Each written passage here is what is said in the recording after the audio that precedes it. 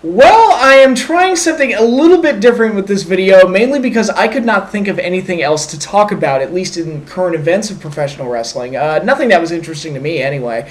I mean, I could go back to reviewing the shows, and yeah, NXT's show last week was well produced, and it was cool to see Hideo Itami's whole road to WrestleMania and all that stuff was really well done. I wish we had seen the tournament matches before WrestleMania so that I didn't already know the ending, but in any case, I thought that, okay, that was really well produced and fun to watch. But again, it's just me praising NXT again, and that gets kind of dull after a while. I need to be more negative, damn it. Lucha Underground still going strong. I still think it's the best weekly wrestling show out there. The Trios tournament is going quite well. The main event to this week's show, while not a great match, was set up to beautifully build the Trios match for tomorrow night's show. So, alright, that show still chugging along strong. TNA, the main event to last week's show was pretty solid, but other than that, whatever. Raw, again, kind of a whatever show. Not terrible, it's just a little, again, 3 hours is a bit long, and there's a lot of material that could have just as easily been cut. Although, the Neville Ziggler match was pretty cool. I did enjoy that. And they're at least, even though Neville's 1-2 since he's been on the main roster, at least he's being allowed to showcase his abilities and showing that he could work with those upper echelon talents. Hopefully he wins more matches in the future, but so far they're at least presenting him well enough, and we'll see if that continues. So yeah, that match was cool, but again, it's kind of like, not a terrible Raw, but not great either. So not a whole lot to talk about there. So I was really struggling to find some kind of a topic for this week's video, and it sort of just fell in my lap. Somebody sent me a link to a video of a match between Jushin Thunder Liger and the Great Muta from October 20th, 1996, a show that New Japan did. And I'd never seen this match before, and if anybody who saw my Sting video that I did over a year ago, maybe even longer than that, that one seems like it was eons ago, but I mentioned in that video that the first two wrestlers that I saw, the first two Japanese wrestlers I ever saw that I got attached to were the Great Muta and Jushin Thunder Liger, and they were two talents that I saw in WCW. And I thought they were really cool. And so they were the first two Japanese wrestlers that I became a fan of. I was never the most prolific viewer of Japanese wrestling. It's always been kind of a thing that I watch in small spurts as I go. Every once in a while I'll watch a match or a show or something like that, but nothing too extreme. This year, 2015, I've watched more Japanese wrestling than I probably have in my entire life. And it started with Wrestle Kingdom 9, and I've been following it ever since. But before that, I didn't watch a whole lot of Japanese wrestling. I just watched it as a once-in-a-while treat to myself that I would check out, depending on who was on the show or what match they were doing or whatever. But I never saw this Muta Liger match, and I thought, oh, cool. Maybe I should check this out and watch it, and maybe there's something in it that I'll really enjoy. And I really liked it. And I have to say, I really enjoyed this match. It was very nostalgic to see Muta and Liger in their primes in a match that I'd never seen before, that I did not know the outcome of because I'd never, read anything about this match or anything. So I was completely watching this with fresh eyes. And I've never seen Muta and Liger wrestle each other, so I was like, this is really cool. I'm digging this. It feels brand new again almost because, again, I'd never seen it before. And there were a lot of theatrics and bells and whistles and all sorts of things to really make the match stand out. And Liger and Muta were always so colorful to me compared to even most American talents. And I know here in America, wrestling is thought of as sort of cartoon character land. I thought Liger and Muta, being a Japanese descent, never given mic time, were more charismatic than a lot of American wrestlers because they were just so cool. Muta was the darker, mysterious, I often compare him to Undertaker. He was kind of like, to me, he was kind of like the Japanese Undertaker. And Liger was just this kind of this great, colorful baby face that was a high flyer and flashy to watch and a lot of fun to watch. So mixing the two together to me is a great, it should make for a great character chemistry, and I thought they did in this match, and I thought the two meshed together very, very well. Muta was clearly the villain, Liger was clearly the good guy that was trying to play by the rules, and the match keeps building and building where Muta just keeps cutting off Liger and keeps,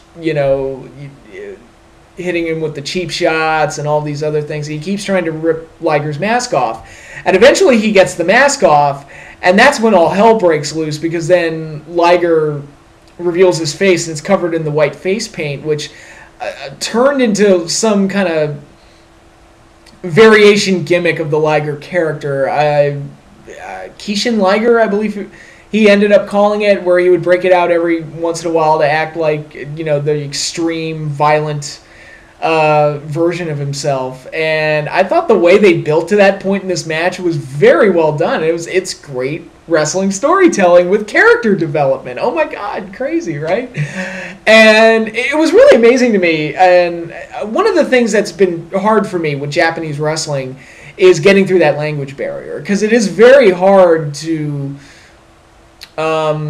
It's very hard to watch it, I think, if you can't speak the language, because I don't know why these guys don't like each other. I don't know the story. I don't know what they're fighting over. I don't know hardly anything. And it's very hard to get the context if you're just watching the match. And that's why Wrestle Kingdom 9, it was great having JR and Matt Striker to fill in those gaps, and it really made the matches feel even more important, that they could fill in those gaps and give me the exposition I needed to fully grasp what was going on.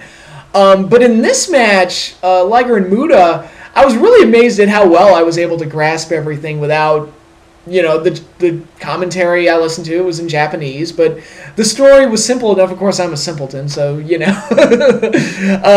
simple minds are attracted to simple things, but, yeah, just kidding. But, anyway, I was really amazed at how easily I was able to grasp the story, and, yeah, there was a lot of theatrics, a lot of great action in this match. The missed spots that they did, one by Liger when he got unmasked and just unleashed his fury on Muta, and Muta's at the end of the match, were both very well timed and two of the best missed spots I think I've ever seen from Great Muta or anybody else, quite honestly. It was because normally you can see it coming a mile away, but in these cases they managed to make it really nice punctuations on big moments, and that was really well done. So they did a great job of working in psychology and action and over-the-top theatrics and character development and all these other great things, and it was just a really enjoyable match, and I really dug it. And I was like, man.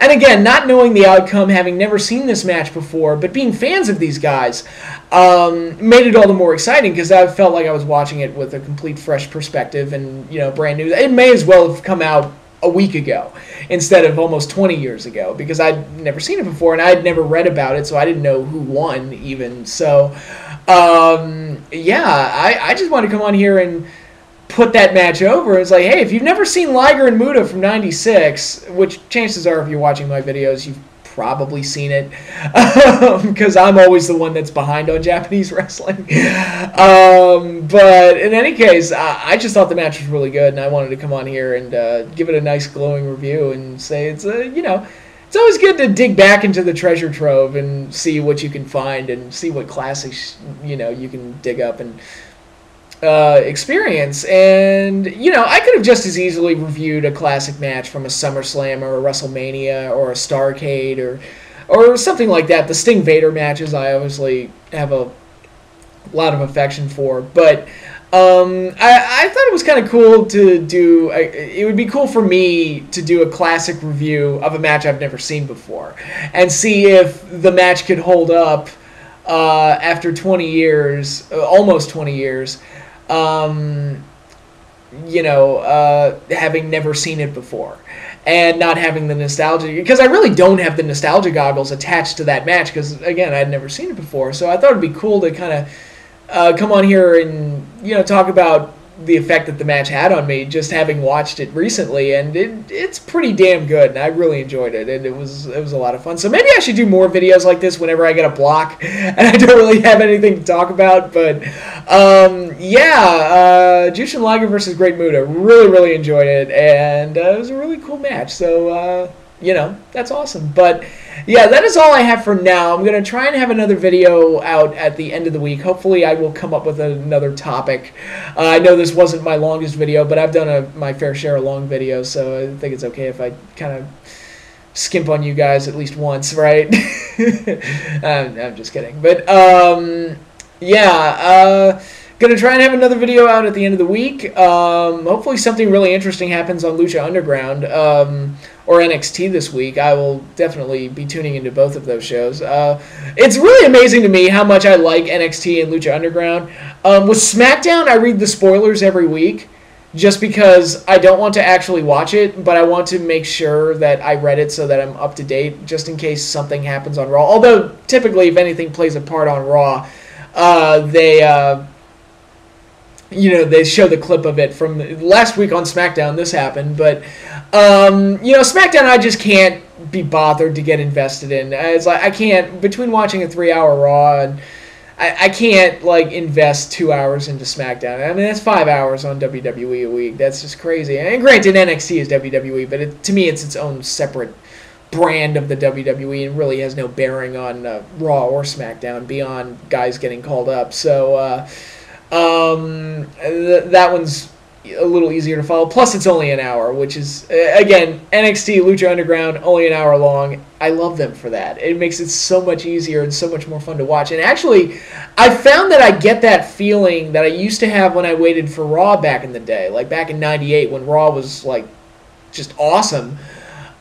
Just waiting a week for that episode of Raw was insane every week, and just the anticipation for it. And I kind of feel that way now about NXT and Lucha Underground, and so much so that I don't want to read the spoilers, and I'm deliberately avoiding spoilers because I don't want to have anything ruined for me. I want to completely look at these shows with a fresh eye and everything else. But yeah, those shows are really good, and I really like them. So it's always good to have that. It's always good to have wrestling that you enjoy. And but that is all I have for now. And again, I will see you all at the end of the week. But until then, stay tuned, and I will see you all later.